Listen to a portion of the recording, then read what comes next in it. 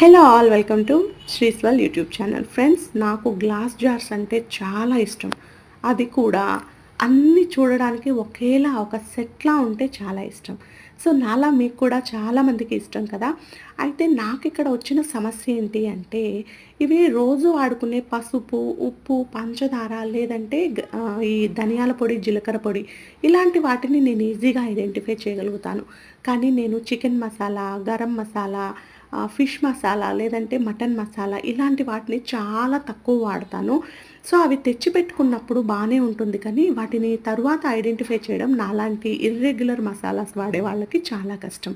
అలాంటి వాళ్ళకి ఒక చిన్న టిప్ ఏంటి అంటే, మసాలా బాక్స్ ఉంటుంది కదా అండీ! దానిపైన అది పేరుంటుంది. హైదరాబాదీ మటన్ మసాలా అని ఉంది కదా! ఆ పేరుని కట్ చేసి నేను ఆ జార్‌లో వేసుకుంటాను ఇట్లా ఆ స్ట్రైప్. సో, ఇలా వేసుకోవడం వల్ల మనం ఎన్ని రోజుల తర్వాత వాడుకున్నా సరే ఈజీగా ఐడెంటిఫై